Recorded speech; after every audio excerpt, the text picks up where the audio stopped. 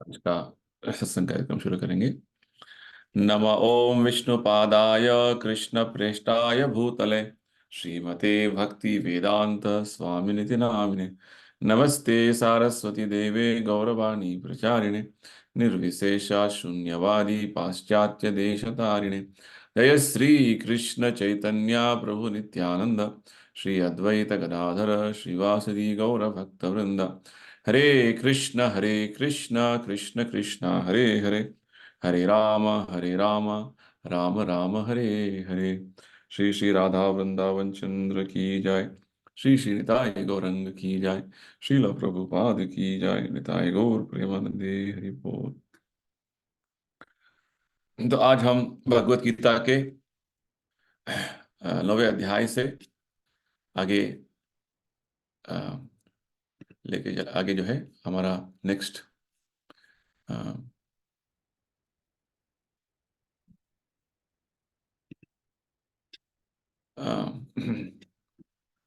श्लोका है उसको हम अध्ययन करेंगे।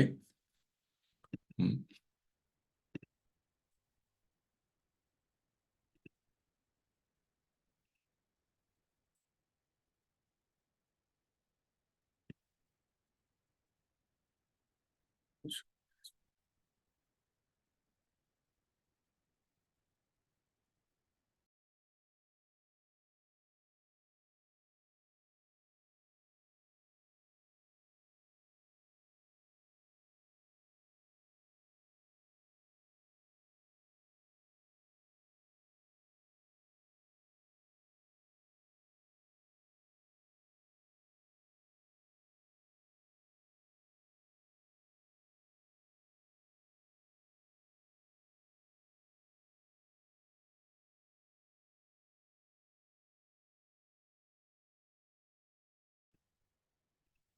ओके,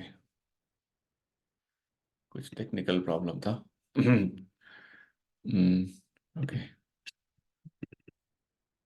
आपको दिख रहा होगा अभी प्रेजेंटेशन। हाँ जी गुरु जी। चलिए, अच्छी बात है। तो आज हम भगवत गीता के 9वें अध्याय से हमारा जो डिस्कशंस कंटिन्यू करेंगे। तो आज श्लोका संख्या 6 से 9 तक का हम अध्ययन करेंगे। ठीक है। तो ये सभी सत्संग कार्यक्रम हम कर रहे हैं प्रभुपाद जी के प्रेरणा से, जिन्होंने हमें कृपा करके भगवत गीता का इतना सरल व्याख्या दिया हुआ है ताकि हम भगवत गीता को समझ पाए और ठीक से उनको अपने जीवन में जो है उतार पाए। तो प्रभुपाद जी इस्कॉन संस्था के संस्थापक आचार्य हैं, जिसको हरे कृष्ण मूवमेंट भी बोलते हैं। तो उनको हमारा नमन करते हुए पहले श्रीपाद आदि शंकराचार्य जी द्वारा विरचित गीता महात्म्य का एक श्लोक समझने की कोशिश करेंगे। आज का श्लोक है तीसरा श्लोक।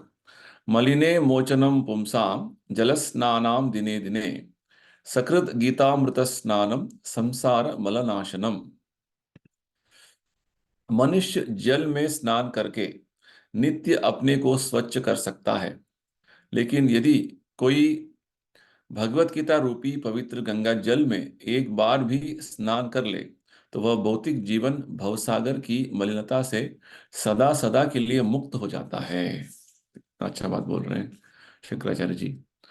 तो हम हर दिन अपने शरीर को स्वच्छ रखने के लिए नहाना पड़ता है, और जब तक शरीर रहेगा हमें गंदगी रहेगा, क्योंकि भौतिक संसार के बारे में भगवान क्या बोलते हैं 8वें अध्याय में। ये दुखालय अशाश्वत है ना। तो यहाँ की जो कल्मश है हमेशा शरीर के रूप में रहेगा। भगवत गीता का पुण्य स्नान कर लेंगे हम गंगा जल के गंगा भगवत गीता रूपी पवित्र गंगा जल में एक बार भी स्नान कर लिया तो क्या होगा? भौतिक जीवन भवसागर की मलिनता से सदा सदा के लिए मुक्ति हो जाएगा। ठीक है। तो ये महत्व है भगवत गीता का। तो चलिए, आज का पहला श्लोक है श्लोक का संख्या 6 9वें अध्याय से। यथाकाश स्थितो नित्यम वायु सर्वत्र गोमहान तथा सर्वाणि भूतानि मत्स्थानि त्युपधारय। तो भगवान बोल रहे हैं, जिस प्रकार सर्वत्र प्रवहमान प्रबल वायु सदैव आकाश में स्थित रहती है, उसी प्रकार समस्त उत्पन्न प्राणियों को मुझ में स्थित जानो। तो अब तक भगवान ने हमें यहाँ पे इस अध्याय में गुह्य ज्ञान का परिचय दिया था, है ना। गुह्य ज्ञान यानी कि सबसे ना केवल गुह्य ज्ञान, यहाँ तक कि भगवान बोलते हैं गुह्यतम ज्ञान, सबसे सीक्रेट नॉलेज। तो इदम ते गुह्यतमम प्रवक्ष्यामि अनुसूयवे। अर्जुन, तुम असूया से मुक्त हो, इसलिए तुम्हें ये गुह्यतम ज्ञान, गुह्य गुह्यतर गुह्यतम, यानी कि सबसे गुह्य ज्ञान, ये जो ज्ञान मैं प्रदान कर रहा हूं, ये ज्ञान क्या है? ये भक्ति का ज्ञान है। और ये गुह्यतम ज्ञान का यानी कि भक्ति योग का लक्षण भगवान ने बताया। ये राज विद्या सभी विद्याओं में सबसे श्रेष्ठ विद्या है। सबसे गुह्य क्यों है? क्योंकि लोगों को आध्यात्मिक ज्ञान के विषय में जब बोलेंगे तो लोग सोचते हैं कुछ ऐसे ही कुछ विधि विधानों का अनुसरण करना है, उनको अपने अस्तित्व का, आत्मा का ज्ञान नहीं होगा। कुछ आध्यात्मिक वरी उससे आगे चल के बोलेंगे कि हम अहम ब्रह्मास्मि। तो अहम ब्रह्मास्मि से ज्यादा और बेहतर जो ज्ञान है, गीता में भगवान बोलते हैं हम आत्मा का जो स्वभाव है वो शाश्वत सनातन है और भगवान के नित्य सेवक है। और विशेषकर आगे बढ़कर भागवत में हमें यही समझाते हैं कि ये आत्मा का अपना आध्यात्मिक कार्य जो है, नित्य कार्य, नित्य सेवा, भगवत धाम में किस तरीके से हो रहा है उसका परिचय हमें देते हैं। इसलिए इसको राजगुह्य, बहुत अधिक, इतना इतना जो है गुह्य ज्ञान है कि कोई भी एक ज्ञान दूसरे अन्य जो है विषयों में हमें नहीं मिलने को होता है।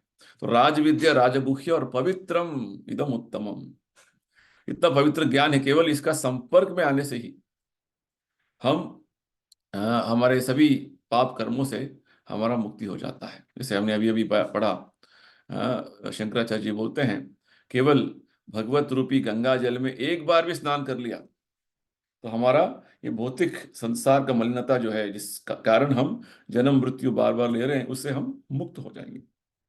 और भगवान बोलते हैं इसका प्रत्यक्ष तरीके से आप इसका अनुभव कर सकते हैं। जैसे आप अभी जब भगवान का नाम जप रहे हैं और गीता का अध्ययन करने का चेष्टा कर रहे हैं, तो आप अपने आप महसूस कर पाएंगे कि हाँ, मेरा पहले इस तरीके का विचार था, सोच विचार था, अभी बहुत बदल गया है। मेरा विचार अभी भगवान जिस तरीके से बोल रहे हैं उस तरीके से हो रहा है। और वो सारे दूसरे तरीके की जो आदतें होते हैं, जो साधारण तरीके से लोग सोचते हैं कि ये अच्छे आदतें हैं हमारे, कॉफी टी पीना, और नो इस तरीके से बहुत सारे जो साधारण तरीके से लोग जो करते हैं, उससे हम दूर हो जाते हैं। ठीक है। तो प्रत्यक्षावगमम धर्म सुसुखम कर्तुम अप्ययम, बहुत आनंददायक जो है अनुभव हमें इससे प्राप्त होगा। ये इतना आसान तरीके का जो कार्य भगवान ने बताया है भगवत भक्ति का, कि हम बहुत आनंद से इसका आचरण कर सकते हैं। और भगवान आगे बोलते हैं जो इस भक्ति ज्ञान के बारे में उनको श्रद्धा नहीं है, हाँ, उनका क्या गति होगा? उनको बार बार मृत्यु संसार वर्तमनी, मृत्यु लोक में आना पड़ेगा बार बार, कि उनको भगवान प्राप्त नहीं होने वाले हैं। उस मृत्यु लोक में बार बार उनको आते रहना पड़ेगा। और इस तरीके से भगवान अभी अपना ये राज विद्या देना लगते हैं, यानी कि उनका वास्तव ज्ञान जो है, उनका जो ऐश्वर्य क्या है, भगवान समझाते हैं। भगवान ने बताया अपने सर्वव्याप शक्ति से भगवान हर जगह मौजूद है। माया ततम इदम सर्वम जगद अव्यक्त मूर्तिना, अपना शक्ति के माध्यम से भगवान हर जगह मौजूद है। और सभी जीवात्मा सर्वभूतानि उन पर स्थित है, सभी जीवात्मा उन पर स्थित है। परंतु भगवान का एक विशेष जो है अचिंत्य शक्ति ऐसा है कि उन पर स्थित है। भगवान भी बोलते हैं कि मेरा धाम उधर पे आध्यात्मिक आकाश में है, मैं अपने व्यक्त रूप में नहीं हूं, उधर इधर हूं। मैं इधर पे मेरे शक्ति के माध्यम से इधर मैं हमेशा मौजूद हूं। फिर भी जब भी जो आवश्यकता है तो मैं व्यक्त हो जाता हूं। जैसे हरे कृष्णा मंत्र का जब हम उदाहरण लेंगे, हरे कृष्णा मंत्र भगवान का जो है स्वयं उनका शब्द रूप है। भगवान अपने शब्द रूप में अवतरित हो जाते हैं जब हम जप करते हैं। और उनका अवतरित होने का ये जो साक्षात्कार तभी हमें होगा जब हमारा एक जो है अंदर में हमारा शुद्धिकरण है। तब तक हम उसको साधारण शब्द से मानते रहेंगे। तो ये बात है। तो ये भगवान का अचिंत्य शक्ति है। भगवान ये बोलते हैं, इसको योगम ऐश्वरम बोलते हैं। तो भगवान इस पूरा संसार का पालन पोषण कर रहे हैं। भूतभृत भूतस्थः, पूरा संसार उन पे स्थित है। और भूत भावना, सभी तरीके के जो अभिव्यक्तियां और सभी तरीके के जो भौतिक संसार उनसे ही उद्भव हुआ है। तो भगवान, ऐसे लगता है कि भगवान उसमें बहुत इन्वॉल्व हो गए हैं। इसमें पूरा फंस गए हैं, ऐसा बात नहीं। तो ये बात हमें समझना है। जब कोई व्यक्ति अपना बिजनेस शुरू करता है, कोई अपना बड़ा जो है व्यापार शुरू करता है, तो उसमें पूरा अंदर में वो इतना अंदर रहता है कि वो पूरा एक एक चीजें उसको पता पता रहता है और उसमें पूरा वो मग्न रहता है। भगवान क्या बोल रहे हैं हमें? भगवान ने इस भौतिक संसार को सृष्टि किया, सभी अभिव्यक्तियां उनसे ही उद्भव हुए हैं। सभी जो है जीवात्माओं का पालन पोषण उन्हीं के कृपा से हो रहा है। और भगवान ही जो है वास्तव में इस भौतिक संसार का अस्तित्व उन पर टिका हुआ है। फिर भी भगवान क्या बोलते हैं? मैं उससे जो है मैं उसका साथ मेरा कोई उतना घनिष्ठ संबंध नहीं है। ये बात हमें समझना है।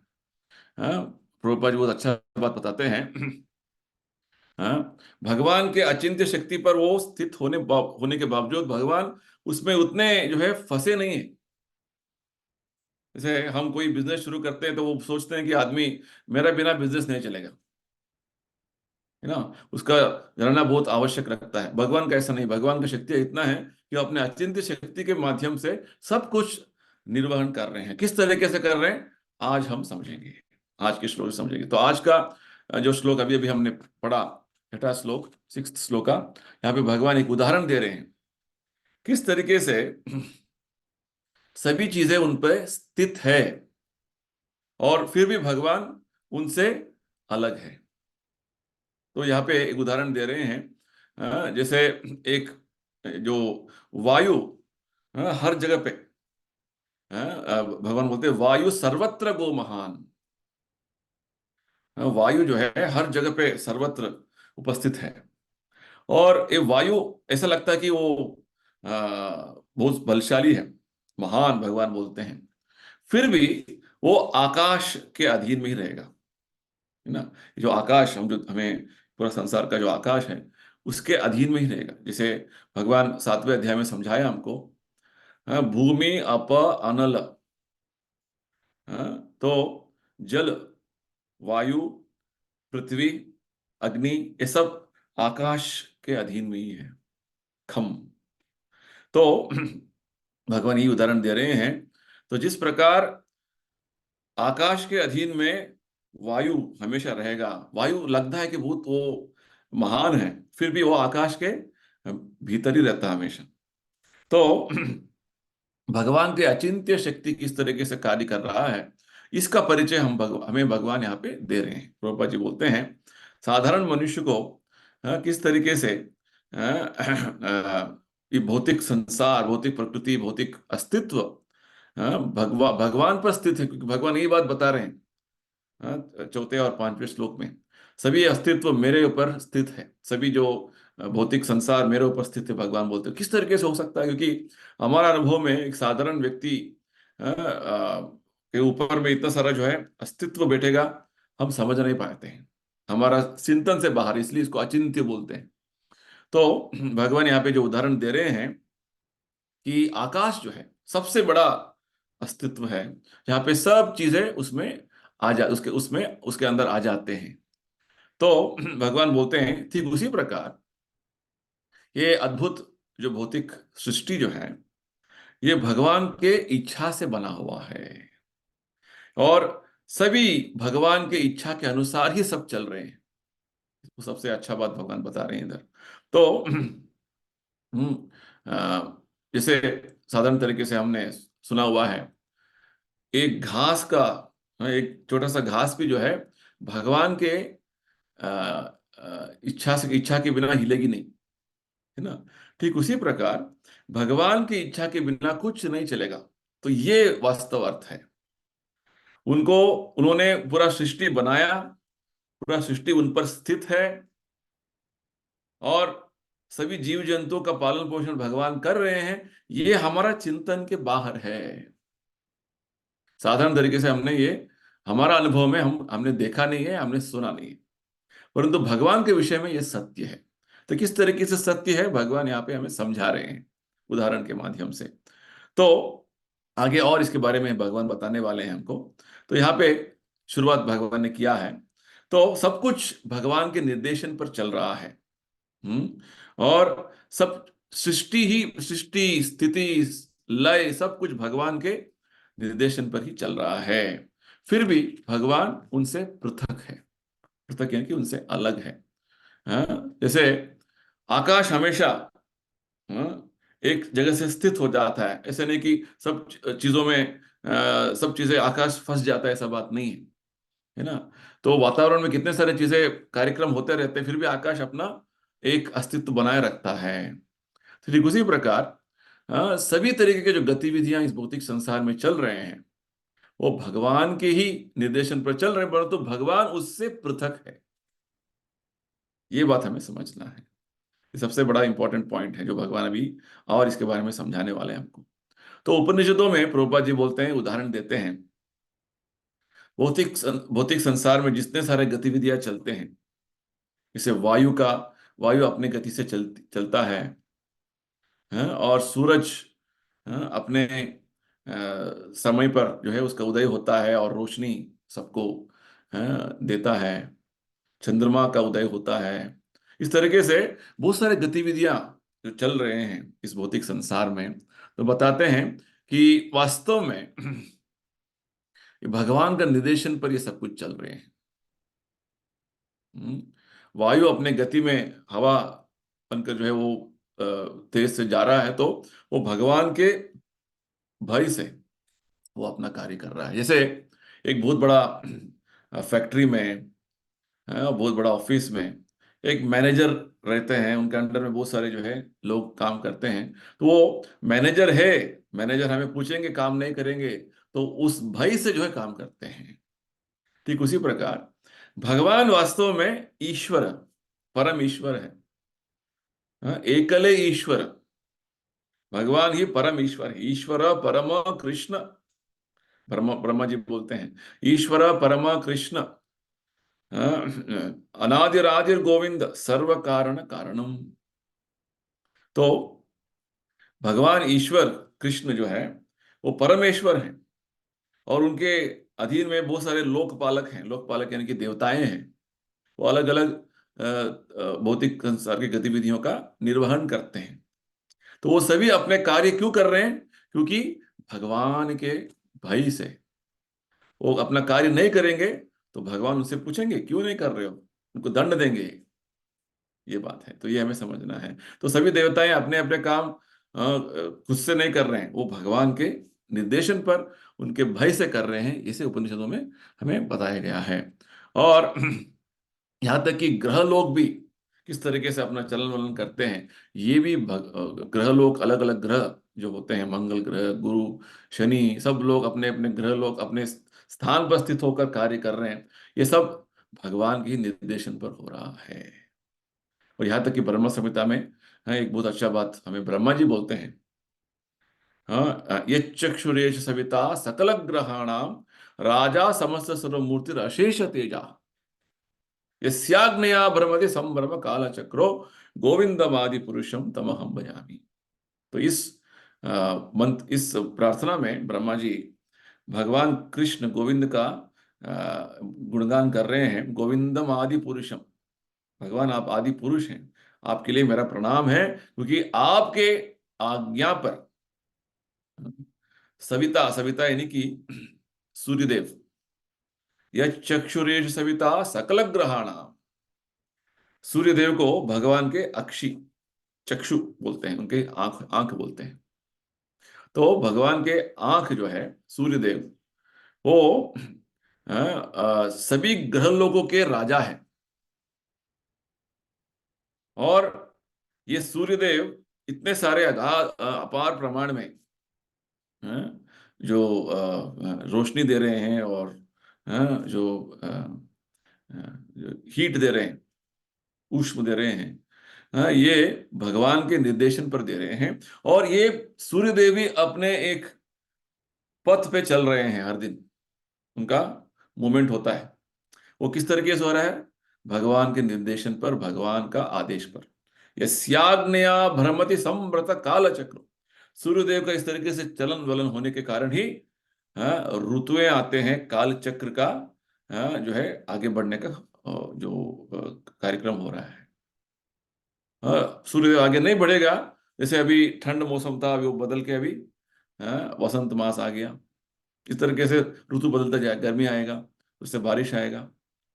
इस तरीके से ऋतु बदलते जाते हैं, क्योंकि सूर्यदेव चल रहे। तो वास्तव में भगवान हमें यही समझा रहे हैं, जो जो गतिविधियां हम देखते हैं भौतिक संसार में, ऋतुओं का परिवर्तन होना, और बहुत सारे जो अन्य गतिविधियां, जैसे सूरज और चंद्रमा, वायु, बरसात, ये सब चीजें अपने आप नहीं हो रहे हैं। इनके पीछे देवताएं उनको नियंत्रण कर रहे हैं, और उन देवताएं जो है भगवान के अधीन में कार्य कर रहे हैं। ये बात हमें समझना है। तो जब भी कुछ भी गतिविधियां भौतिक संसार में देखते हैं, तो हमें भगवान का स्मरण इस तरीके से हम कर सकते हैं, भगवान का आदेश से हो रहा है। ठीक है, ये बात हमें प्रभुपाद जी हम समझाते हैं। तो वास्तव में ये भौतिक संसार में, भौतिक प्रकृति में अद्भुत चीजें जो हमें दिखते हैं, बहुत महान चीजें दिखते हैं, ये सभी भगवान के नियंत्रण में हो रहा है। वो महान है। हाँ, जैसे सूर्यदेव महान होंगे, बस सूर्यदेव भी भगवान के सेवक हैं। हाँ, बारिश बहुत महान है। बारिश जो है इंद्रदेव उसको नियंत्रण कर रहे हैं, इंद्रदेव भी भगवान के अधीन में है। तो एकल ईश्वर है कृष्ण, आर सब प्रत्य, केवल भगवान कृष्ण ही ईश्वर है, सभी उनके सेवक हैं। ये बात भगवान हमें समझा रहे हैं। तो इस तरीके से एक एक करके भगवान हमें अच्छी तरीके से इस अध्याय में समझा रहे हैं कि इस भौतिक अस्तित्व, ये भौतिक अस्तित्व क्या है। भौतिक अस्तित्व अलग अलग तरीके के जो गतिविधियां जो चलते हैं यहाँ पे, अद्भुत चीजें जो लगता है हमको, ये इन अद्भुत चीजों के पीछे भगवान का हाथ है। ये इस तरीके से भगवान का जो संबंध हर तरीके की गतिविधियों में है। जैसे प्रभुपाद जी बोलते हैं इधर पे तात्पर्य में, हर चीज, हर कार्य भगवान के निर्वहन पर, भगवान के आदेश पर, भगवान की इच्छा से हो रहा है। ये बात हमें समझना है। तो हर जो चीज भगवान की इच्छा से सृष्टि होता है, भगवान की इच्छा से स्थिति होता है, भगवान की इच्छा से वो लय भी हो रहा है।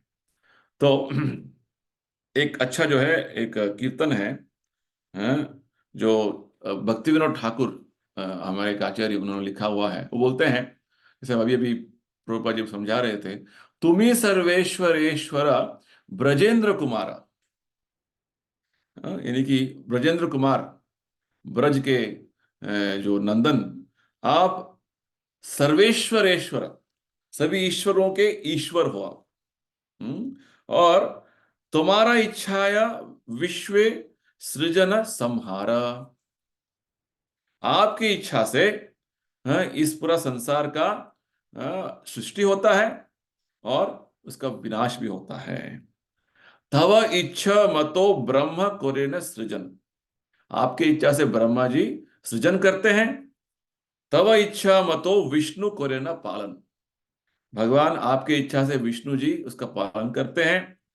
तव इच्छा मते शिव कोरेन संहार, आपके इच्छा से शिव जी यहाँ पे इसका संहार करते हैं। तव इच्छा मते माया सृजे कारागारा। और आपके इच्छा से भगवान माया देवी, दुर्गा देवी जो है, यहाँ पे हमें एक कारागृह बना दिया है हम सब जीवात्माओं को, ताकि यहाँ पे बंदी बना के रखे, क्योंकि हम भगवान के आदेश का उल्लंघन कर रहे हैं। यानी कि ब्रह्मा, विष्णु, शिव, दुर्गा सभी भगवान की इच्छा से सेवा कर रहे हैं। तव इच्छा माते जीवेर जन्म मरण। आपके इच्छा से भगवान सभी जीवात्माओं का जन्म मृत्यु हो रहा है। समृद्धि निपाते दुख सुख संघाटन। और आपकी इच्छा से जीवात्माओं को समृद्धि होता है, नहीं तो उसका विनाश भी होता है, उसका सुख भी दुख भी आपके इच्छा से होता है। देखिए, यानी कि इसे प्रभुपाद जी बोलते हैं, एक घास का टुकड़ा भी भगवान की इच्छा से नहीं हिलेगा। ये बात भक्तिविनोद ठाकुर जी हमें अच्छी तरीके से समझा रहे हैं। तो यही बात जो है, हमें भगवान यहाँ समझा रहे हैं कि उनके इच्छा के बिना कुछ नहीं चलेगा। तो नेक्स्ट बहुत अच्छा बात भगवान बोल रहे हैं अगले श्लोक में, 7वें श्लोक में। श्लोक का संख्या 7, अध्याय 9। सर्वभूतानि कौन्तेय प्रकृतिम यान्ति मामिकाम कल्पक्षये पुनस्तानि कल्पादौ विसृजाम्यहम्। हे कुंती पुत्र, कल्प का अंत होने पर सारे प्राणी मेरी प्रकृति में प्रवेश करते हैं, और अन्य कल्प के आरंभ होने पर मैं उन्हें अपनी शक्ति से पुनः उत्पन्न करता हूं। तो भगवान हमें और ज्ञान दे रहे हैं किस तरीके से इस भौतिक संसार के सृष्टि स्थिति लय होता है, इसका ज्ञान दे रहे हैं। तो यानी कि भगवान ये बोल रहे हैं कि इस भौतिक संसार का सृष्टि स्थिति लय भी मेरे इच्छा से ही हो रहा है। जैसे अभी अभी हमने भक्ति विनोद ठाकुर जी के एक कीर्तन में ये सुना अभी, तवा इच्छा। भक्ति विनोद ठाकुर बोलते हैं, तुम्हारा इच्छा है विश्व सृजन संहार। आपके इच्छा से इस भौतिक संसार का सृजन होता है, सृष्टि होता है, और स्थिति होता है, और संहार भी होता है, विनाश भी होता है। तो वास्तव में जब भगवान यहाँ पे बोल रहे हैं कल्पक्षये, कल्पक्षये यानी कि ये ब्रह्मा जी के एक दिन को कल्प बोलते हैं। यानी कि भगवान ब्रह्मा जी के पूर्ण पूरा जो समय खत्म हो गया। ब्रह्मा जी के जो आयु के बारे में हमने समझा हुआ था पिछले अध्याय में। क्या समझा था हमने?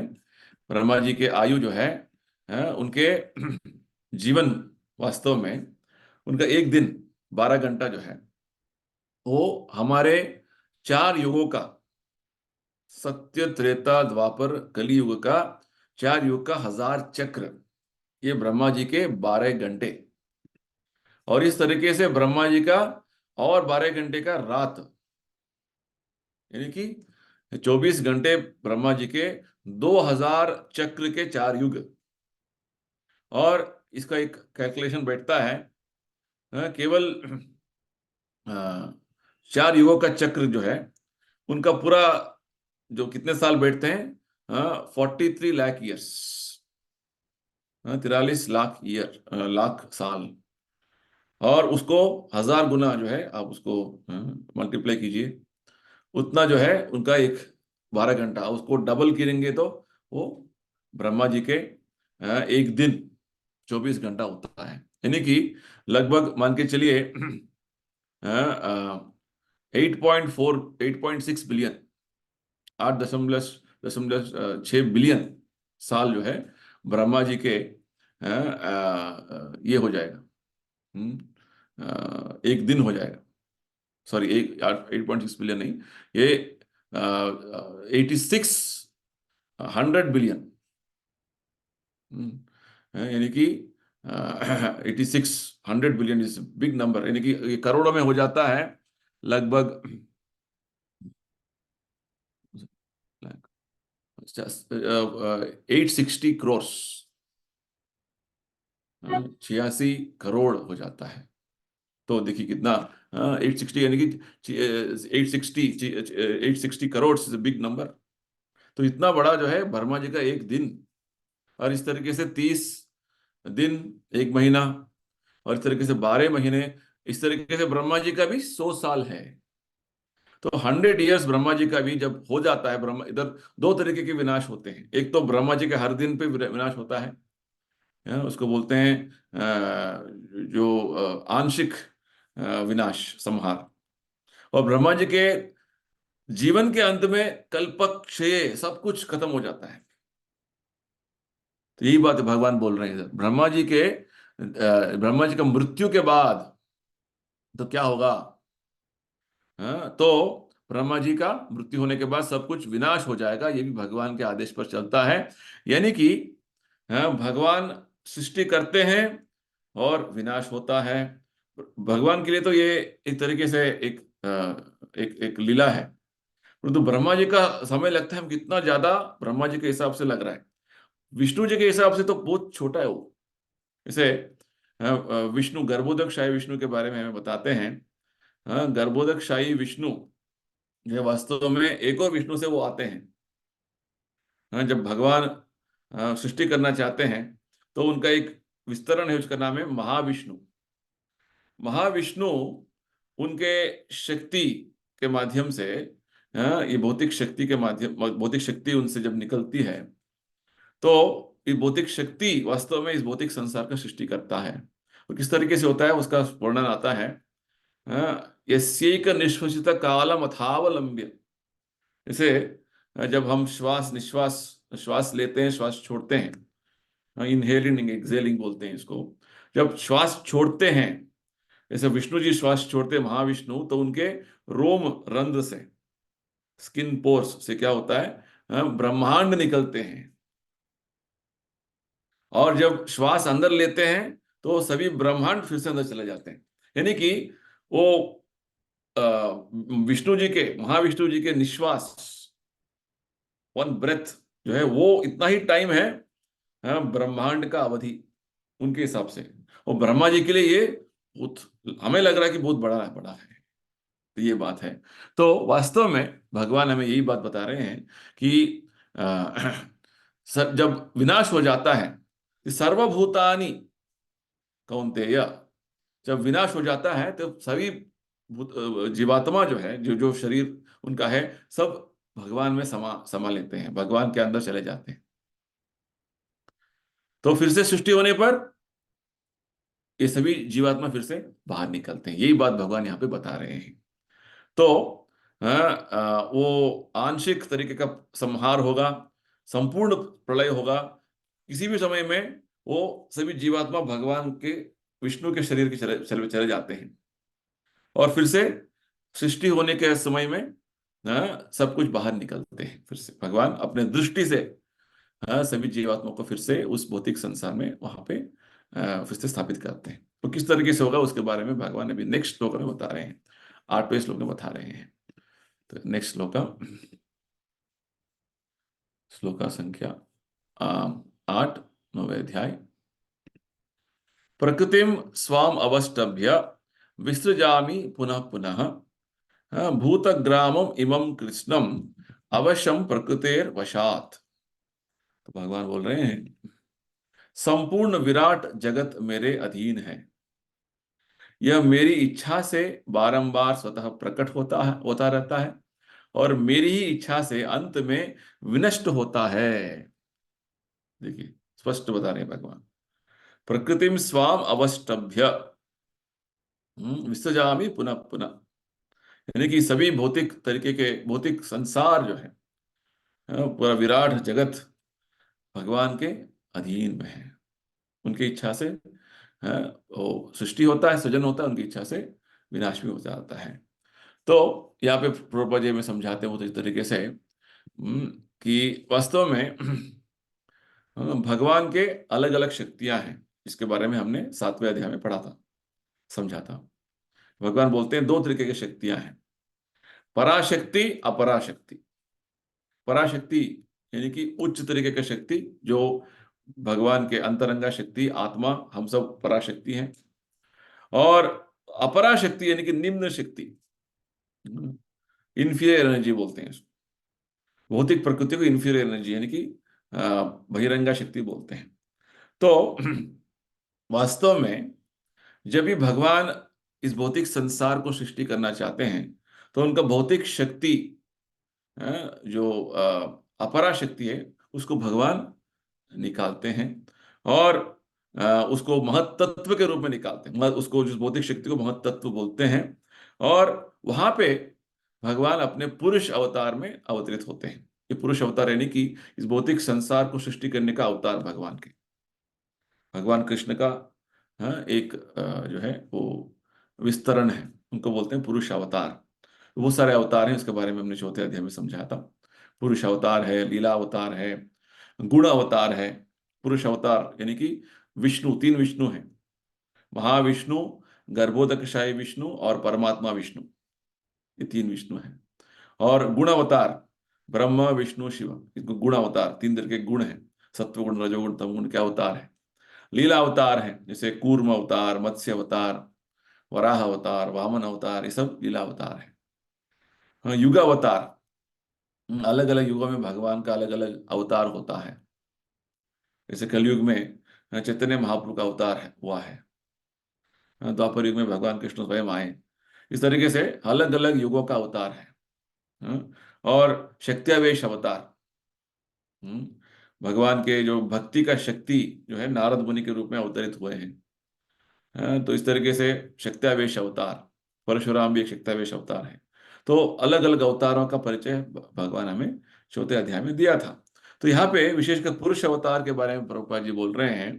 तो जब भगवान इस भौतिक संसार को सृष्टि करना चाहते हैं तो महाविष्णु के रूप में वो विस्तरित होते हैं और एक आध्यात्मिक आकाश के एक कोने में लेट जाते हैं। और वहां पे अपने भौतिक शक्ति महत्तत्व में, वो क्या करते हैं, वहां पे लेट जाते हैं। उस जगह को जो है कारण समुद्र बोलते हैं। और महाविष्णु अपने शरीर से अनगिनत ब्रह्मांडों को जो है सृष्टि करते हैं। जैसे निश्वास होता है उनको, तभी बहुत सारे ब्रह्मांड, बहुत सारे निकलते हैं, यानी कि एक ब्रह्मांड नहीं है, अनगिनत जो है ब्रह्मांड निकलते हैं। और हर ब्रह्मांड में महाविष्णु का एक विस्तरण जो है, उनको बोलते हैं गर्भोदकशाही विष्णु, वो प्रवेश होते हैं।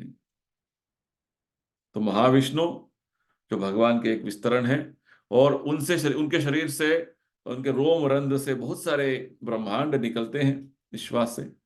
और हर ब्रह्मांड में भगवान के एक अवतार जो है गर्भोदकशाही विष्णु प्रवेश होते हैं।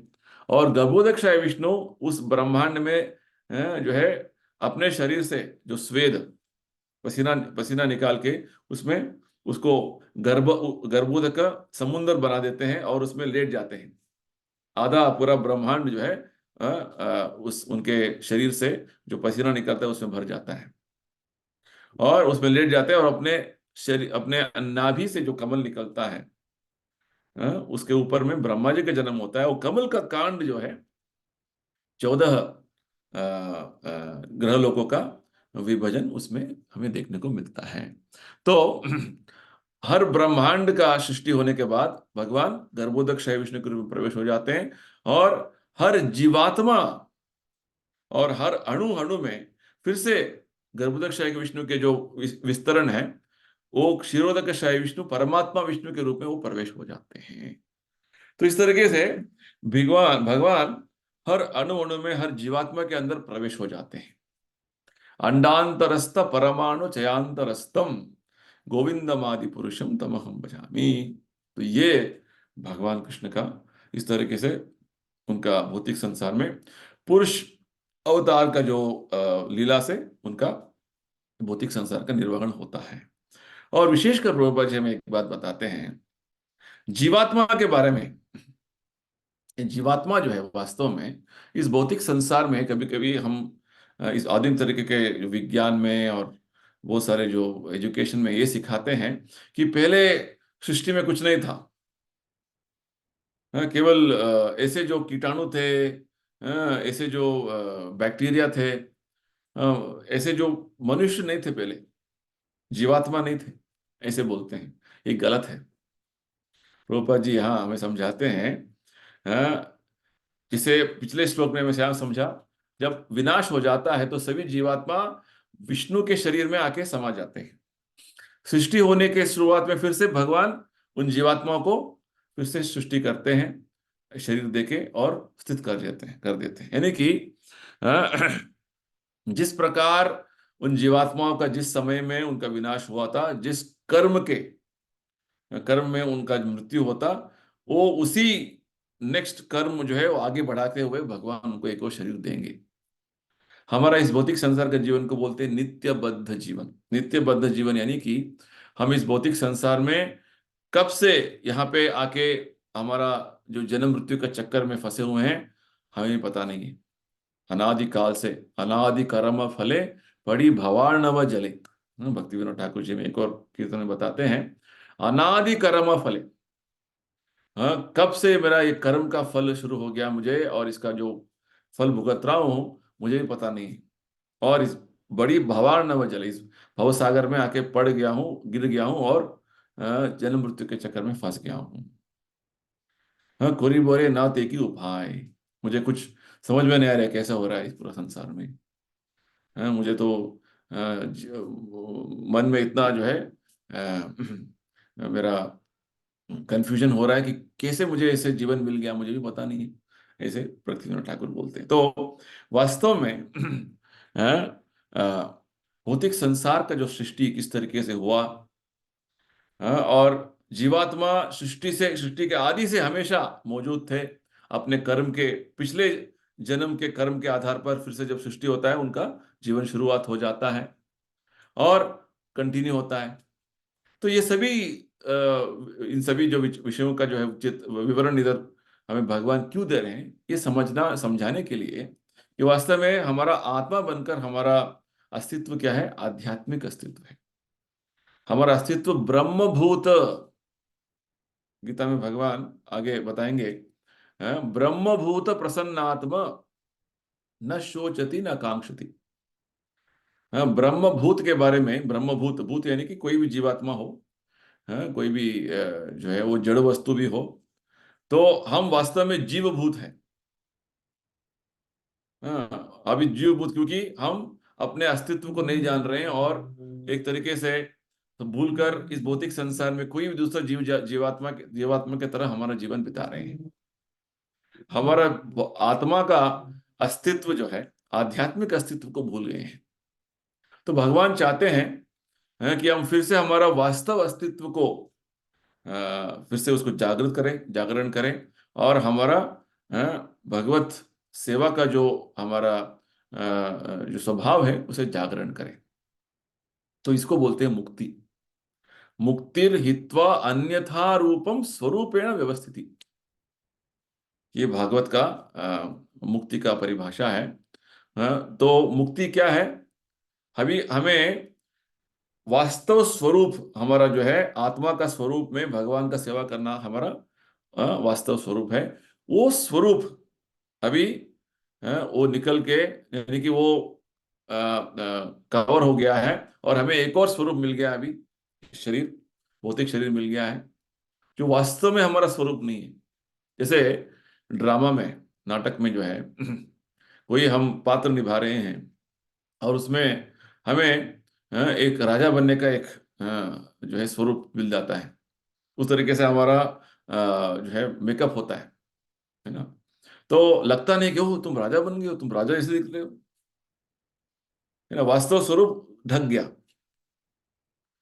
तो ठीक उसी प्रकार हमारा आत्मा का स्वरूप अभी ढक गया है, और हमारा अभी भौतिक शरीर सामने दिख रहा है, और लग रहा है कि ये आपका स्वरूप है। तो इस स्वरूप से हम पहचान बना के जो है हर जीवन में एक तरीके का यही मेरा स्वरूप है, यही मेरा पहचान है बोलकर हम जीवन चला रहे हैं। तो नारद मुनि हमें बताते हैं, इस तरीके से हम उपाधियां ले रहे हैं, अलग अलग उपाधि ले रहे हैं। कभी जो है मनुष्य मनुष्य बनकर, मनुष्य में कोई पुरुष बनकर, कभी स्त्री बनकर, और पुरुष स्त्री का अलग अलग उपाधियां लेकर, हाँ, मैं पिता हूँ, मैं माता हूँ, मैं ऑफिसर हूँ, मैं प्राइम मिनिस्टर हूँ, मैं देवता हूँ। इस तरीके से अलग अलग उपाधियां लेकर हम भटक रहे हैं। भ्रमण कर रहे हैं। तो नारद मुनि बोलते हैं, जब तक ये उपाधियों का जंजाल में हम फंसे रहेंगे तो जन्म मृत्यु का चक्कर में फंसे रहेंगे, बंधे रहेंगे। जैसे भगवान बोल रहे हैं, बार बार मैं सृष्टि करता हूँ, बार बार विनाश करता हूँ। क्यों कर रहे हैं भगवान ये सब कुछ? क्योंकि हम इस तरीके से चाह रहे हैं, इच्छा कर रहे हैं। तो हमारा इच्छा को पूरा करने के लिए भगवान बार बार हम इस भौतिक संसार का सृष्टि और विनाश कर रहे हैं। तो गीता के माध्यम से भगवान ये समझाना चाहते हैं कि बार बार जन्म मृत्यु लेने का जो है, ये आत्मा का स्वभाव नहीं है। आत्मा का क्या है स्वभाव? आत्मा का स्वभाव स्वरूप क्या है? न जायते न म्रियते। पहले दूसरे अध्याय में भगवान ने बता दिया है, आत्मा का कोई मृत्यु नहीं है, जन्म नहीं है। तो वास्तव में ये जो जन्म मृत्यु हो रहा है, ये हमारा ये शरीर का हो रहा है, अलग स्वरूप का हो रहा है, जो वास्तव में हमारा स्वरूप नहीं है, निज स्वरूप नहीं है।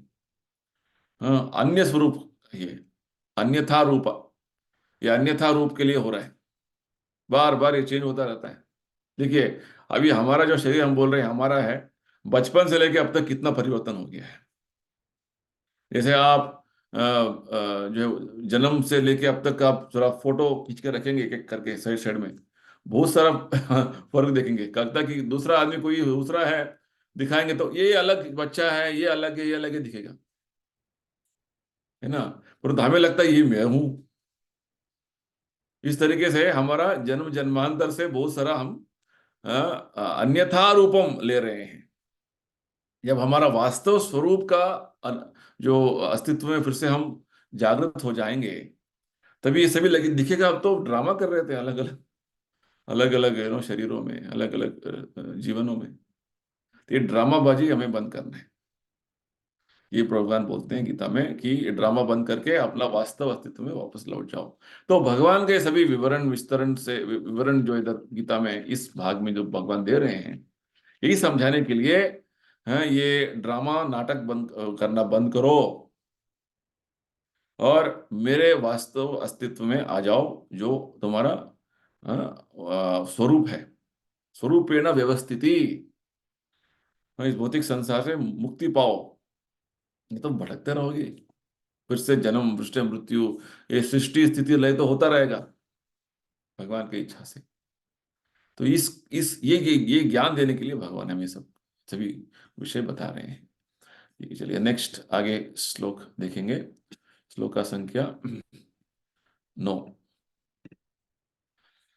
9वें अध्याय से। न च माम तानि कर्माणि निबद्धन्ति धनंजय उदासीन वदासीनम असक्तम तेषु कर्मसु। भगवान बोलते हैं, हे धनंजय, ये सारे कर्म मुझे नहीं बांध पाते हैं। मैं उदासीन की भांति इन सारे भौतिक कर्मों से सदैव विरक्त रहता हूं। तो हम सोच के बैठेंगे अभी, कोई सोचेगा, कोई ऐसे अ, अ, कोई उसका प्रश्न होगा किसी व्यक्ति का, क्योंकि हम तो इस भौतिक संसार में फंस गए हैं, भगवान भी हम जैसे ही फंसे होंगे? नहीं। तो ये बात भगवान स्पष्ट बता रहे हैं। भगवान हमारे जैसे भौतिक संसार में वो उसके उसके अंदर भी कभी भी नहीं रहते, वो उसके अतीत ही रहते हैं हमेशा। ये बात बार बार भगवान समझाएंगे, समझा चुके हैं, फिर से बताते जाएंगे इसके बारे में। हम कर्म के अधीन में हैं, भगवान कर्म का अधीन में नहीं है। भगवान कर्मों का नियम बनाने वाले स्वामी हैं। ये बात हमें स्पष्ट पता होना है। तो तो हमें ये भी नहीं समझना है कि ओ भगवान इसमें उनका कोई, जैसे भगवान ने अभी भी समझाया था, जो शुरुआत में हमने चर्चा किया था, भगवान इस भौतिक संसार के सृष्टि करता है, पालन करता है, सभी भौतिक सृष्टि उन पर आश्रित है, फिर भी भगवान उससे उनसे पृथक है। तो लगता है कि उनको भौतिक संसार में कुछ लेना, भौतिक संसार से कुछ लेना देना नहीं है। हाँ, हम जैसे हम हमारा लेना देना, हम इतना फंस गए अंदर, ऐसे लेना देना नहीं है उनका। ये बात भी है। तो वास्तव में भगवान ही बोलना चाहते हैं, हम यहाँ पे इस भौतिक संसार में आकर इतना बंधे हुए हैं, एक कार्य करेंगे, एक कर्म करेंगे, उसका प्रतिक्रिया, उसका प्रतिफल हम भुगतते रहेंगे। कर्म बंधन में आ गए हैं हम। भगवान का ऐसा कुछ नहीं है बात। उनके कोई कर्म बंधन से वो भगवान सृष्टि कर रहे हैं, कर्म बंधन से वो भगवान विनाश कर रहे हैं, ऐसा बात नहीं है। तो ये बात हमें इसका समझना है कि वास्तव में भगवान अपने नित्य शाश्वत आनंदमय आध्यात्मिक आकाश में अपना जो है लीला कर रहे हैं। आनंद चिन्मय सदुज्ज्वल विग्रहस्य, ये बात ब्रह्मा जी हमें समझाते हैं। तो वास्तव में भगवान इस भौतिक संसार में उनका जिस तरीके से उनका अस्तित्व है, और जिस तरीके से वो इस भौतिक संसार गतिविधियों में अपना हस्तक्षेप कर रहे हैं, वो हमारा अनुभव से है, हमारा चिंतन से ऊपर है, बाहर है। ये बात हमें समझना है। किस तरीके से वो कर रहे हैं, इसका थोड़ा बहुत सूचना इस श्लोक के माध्यम से दे रहे हैं। यानी कि हम इस भौतिक संसार में कुछ भी कार्य करेंगे तो बंधन में आ जाते हैं। भगवान ऐसे नहीं होते हैं, उनका बंधन यही भगवान बता रहे हैं इधर, न च माम तानि कर्माणि निबध्नन्ति धनंजय। ये सभी जो कार्य, सृष्टि स्थिति प्रलय पालन पोषण करने का जो कार्य है, उसे भगवान भौतिक बंधन में नहीं आते हैं, कर्म बंधन में नहीं आते हैं। भगवान क्या बोलते हैं? उदासीन वदासीनम। उदासीन यानी कि वो हमेशा न्यूट्रल। इसमें जैसे एक उदाहरण भगवान ने हमें दिया था 5वें अध्याय में। ब्रह्मण्याधाय कर्माणि संगम त्यक्त्वा करोति यः लिप्यते न स पापेन पद्मपत्र विवाम्भस। भगवान ने पद्म पत्र यानी कि कमल पुष्प के जो पत्र होते हैं, पत्ते होते हैं, उनका उदाहरण दिया था। जो कमल के जो पत्ते होते हैं, कमल पुष्प के, उनके पत्ते नीचे में बहुत कीचड़ रहता है, ऊपर में बहुत स्वच्छ और स्पष्ट रहते हैं। एक बूंद पानी गिरेगा उसमें तो निकल जाएगा। तो भगवान बोलते हैं जो जिनका जो चेतना है, ब्रह्मण्याधाय कर्मणि, हमेशा भगवान के सेवा में इतना वो तत्पर है, मग्न है, कि सभी कर्मों का फल केवल भगवान को समर्पण करते हुए अपना कार्य करते हैं।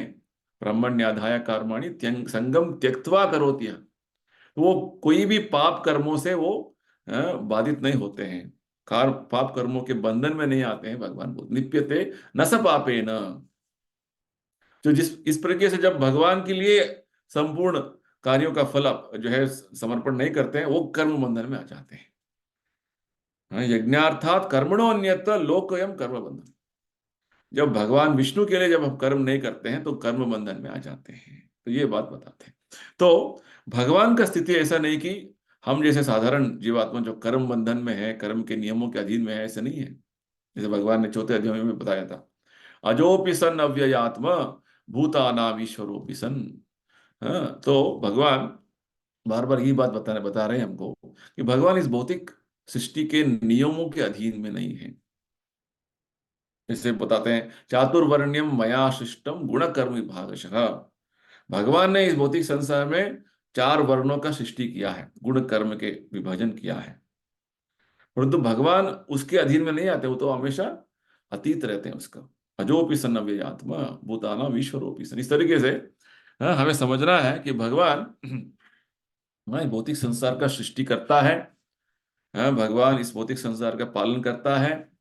सभी तरह की गतिविधियां उनके निर्देशन पर ही हो रहा है, फिर भी उसके उसमें जो है इस तरीके से जब हम बंधित हो जाते हैं, उस तरीके से बंधित नहीं है। तो किस तरीके से भगवान उदासीन वदासीनम, यानी कि इस तरीके से उदासीन होकर अपना कार्य कर रहे हैं, किस तरीके से असक्त तरीके से कार्य करते हैं। एक उदाहरण प्रभुपाद जी में समझाते हैं कि एक एक कोर्ट में, हाई कोर्ट में जज साहब जो है बैठे रहते हैं, और उस कोर्ट में जो है लगता है कि जज साहब ही एक आदमी है जो केवल बैठे हुए हैं, और सभी लोग इतने सारे भागदौड़ कर रहे हैं और सभी लोग अपने कार्य कर रहे हैं।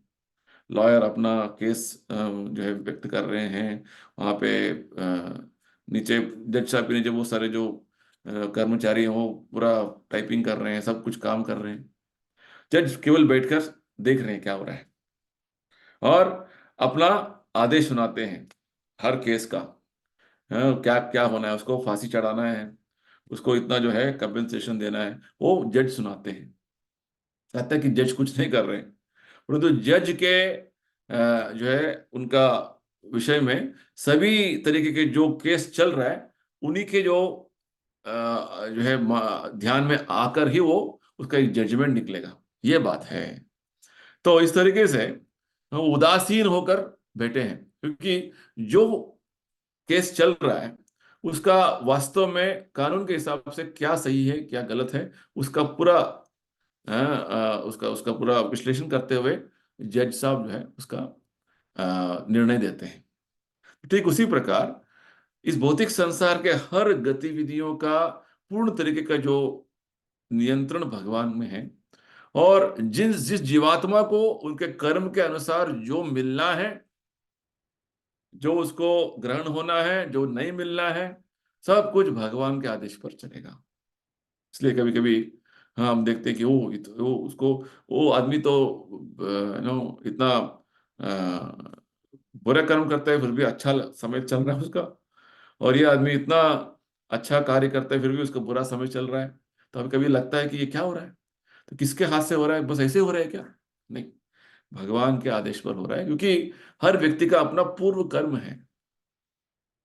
उस पूर्व कर्म के हिसाब से भगवान जो कर्म के फल दे रहे हैं उनका इच्छा से हो रहा है, उनका कृपा से हो रहा है। ये बात है, ये हमें हमेशा समझना है। कुछ भी किसी के जीवन में कुछ भी हो रहा है, वो अचानक नहीं हो रहा है, आकस्मिक नहीं हो रहा है, वो भगवान के आदेश पर हो रहा है, भगवान का इच्छा से हो रहा है। ये बात हमें समझना है। तो ये बात भगवान बार बार, प्रभुपाद जी ने बार बार समझा रहे हैं कि भगवान उदासीन होने के बावजूद जो है, इस भौतिक संसार के हर गतिविधियों में उनका हाथ है, उनका हस्तक्षेप है। तो वेदांत सूत्र में बताते हैं, इस भौतिक संसार के द्वंद्वों से भगवान अतीत हैं, हमेशा अतीत रहते हैं। और इस भौतिक संसार के जो सृष्टि स्थिति, इससे ऐसे भगवान ऐसे बोलते हैं, असक्तम तेषु कर्मसु। असक्त, असक्त यानी कि कोई उसका ज्यादा उनको राग नहीं है, उसका अट्रैक्शन नहीं है उनको। तो वास्तव में जीवात्मा का स्थिति ऐसा है कि वो इस भौतिक संसार में आके बंधन में आ जाते हैं, क्योंकि जब भगवान का सेवा नहीं, वो नहीं चाहिए बोलकर आ जाते हैं, कृष्णा भूलिया जीव, तो इस भौतिक संसार में आके फंस जाते हैं। भगवान ऐसे उनका स्थिति नहीं है। भगवान हमेशा उनका स्थिति क्या है, कोई भी उनका, भगवान का कोई भी कार्य जो होता है उससे वो बंधित नहीं होते हैं। जैसे हम बाध्य हैं उस तरीके से वो बाध्य नहीं है। भगवान हमेशा उदासीन और असक्त, असक्त यानी कि बिना आसक्ति का, सक्त असक्त, ये शब्द बहुत अच्छा जो है भगवान समझाते हैं। तो इस तरीके से भगवान का वास्तव अस्तित्व है, भगवान समझाते हैं। तो और भगवान क्या बताने वाले हैं आगे इस अध्याय में, बहुत अच्छा अध्याय है ये। बहुत जो है ठीक से समझने से पूर्ण तरीके से भगवान का ज्ञान हमें प्राप्त होगा, क्योंकि ये ज्ञान, ये जो अध्याय का नाम ही वह गुह्यतम ज्ञान, परम गुह्य ज्ञान भगवान हमें दे रहे हैं इस अध्याय के माध्यम से। हाँ ठीक है, तो अच्छी तरीके से समझना है जो अभी हमने आज पढ़ा, छठा श्लोक से नौवां श्लोक तक। हाँ, इसको अच्छी तरीके से पढ़िए, पूरा हफ्ते एक एक श्लोक फिर से बार बार पढ़िए, समझने का कोशिश कीजिए। और अब तक जितने श्लोक हमने पढ़ा हुआ है नौवें अध्याय का, उसका पूरा अच्छे से रिवीजन कीजिए, पढ़िए, तो ताकि हम और ये ज्ञान अच्छी तरीके से ग्रहण कर सकें। ठीक है, तो हम यही समाप्त करेंगे। किसी का कुछ प्रश्न है, कुछ डाउट्स है तो पूछ सकते हैं।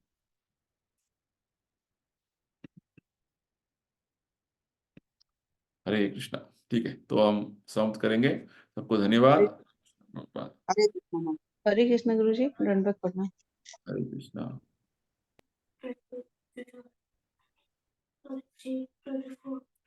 हम्म।